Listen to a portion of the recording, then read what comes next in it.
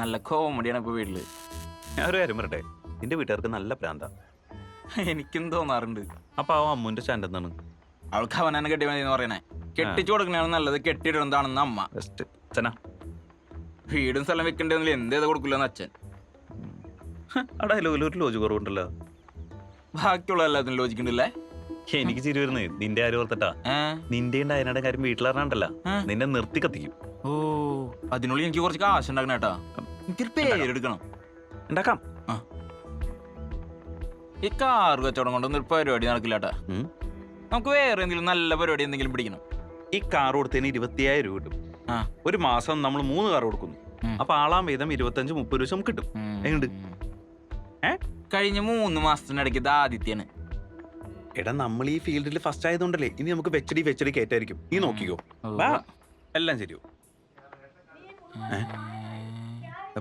ഓ, എന്ത് പതിവാ വള്ളികള്. ഇതെന്താ പറയണത്?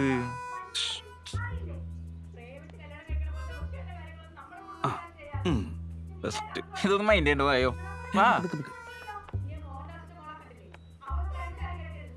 ഇത് നോക്കിട്ട് കാര്യ നോക്കണ്ടാന്ന്.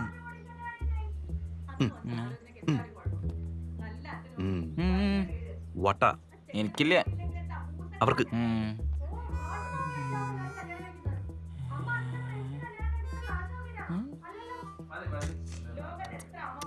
ഇത് കഥയില്ലാത്ത കഥയാണപ്പാ.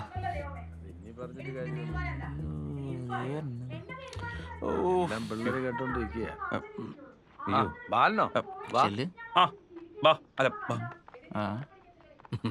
ഇവന്റെ പാസ്പോർട്ട് വന്നിട്ടുണ്ട്.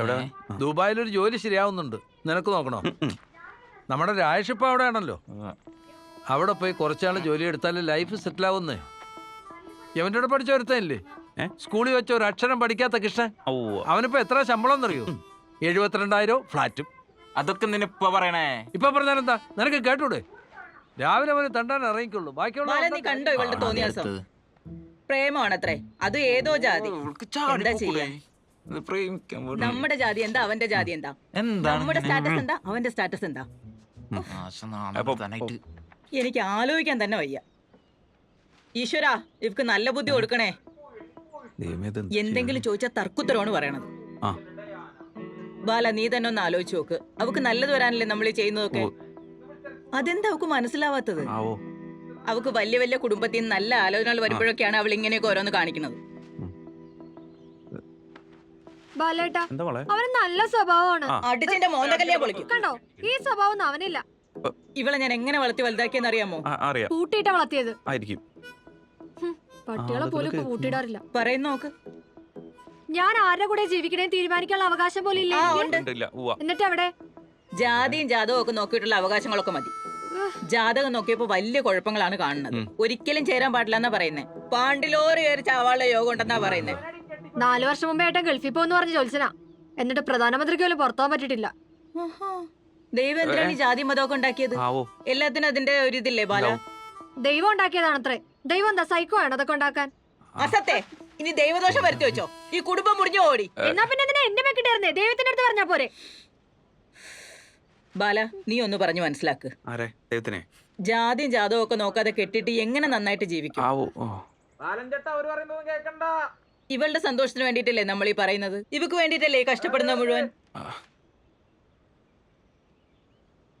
ഒരു പെൺകുട്ടി വേണമെന്ന് ആശിച്ചാശിച്ചുണ്ടായത് ഒരു വാഴയായി പോലും എന്റെ ദൈവമേ.